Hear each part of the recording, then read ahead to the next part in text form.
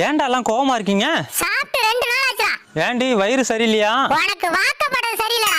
அவ என்னடி பண்ணா? 2 நாளா தீவனம் போட மாட்டாடா. தீவனம் எதுக்குடி போடல? யோ 2 நாளைக்கு முன்னாடி வயிறு வலிக்குதுன்னு டாக்டர் கிட்ட போனயா. என்ன சாப்பிட்டேன்னு கேட்டாரு. கோழி கறின்னு சொன்னேன். கோழி சாப்பிடுறத நிறுத்துன்னு சொன்னாரு. அதான் கோழிக்கு தீவனம் போடுறத நிறுத்திவிட்டேன். பார்த்தீர்களா பாரிவள்ளலே, உங்கள் மங்குடி மனைவிக்கு வயிற்று வலியாம். அதனால் எங்கள் வயிற்றுக்கு உணவே இல்லையாம். எங்களுக்கு சினம் வருவதால்